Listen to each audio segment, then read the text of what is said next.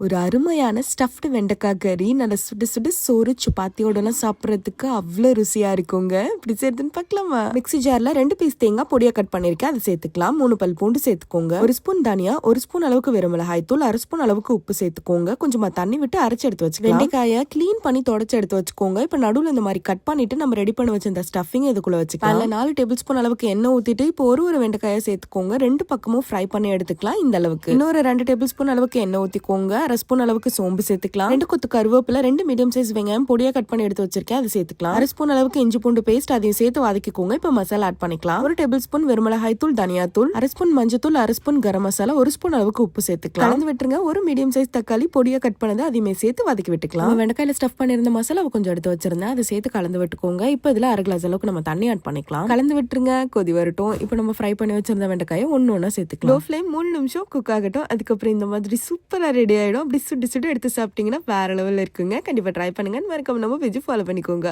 பாய்.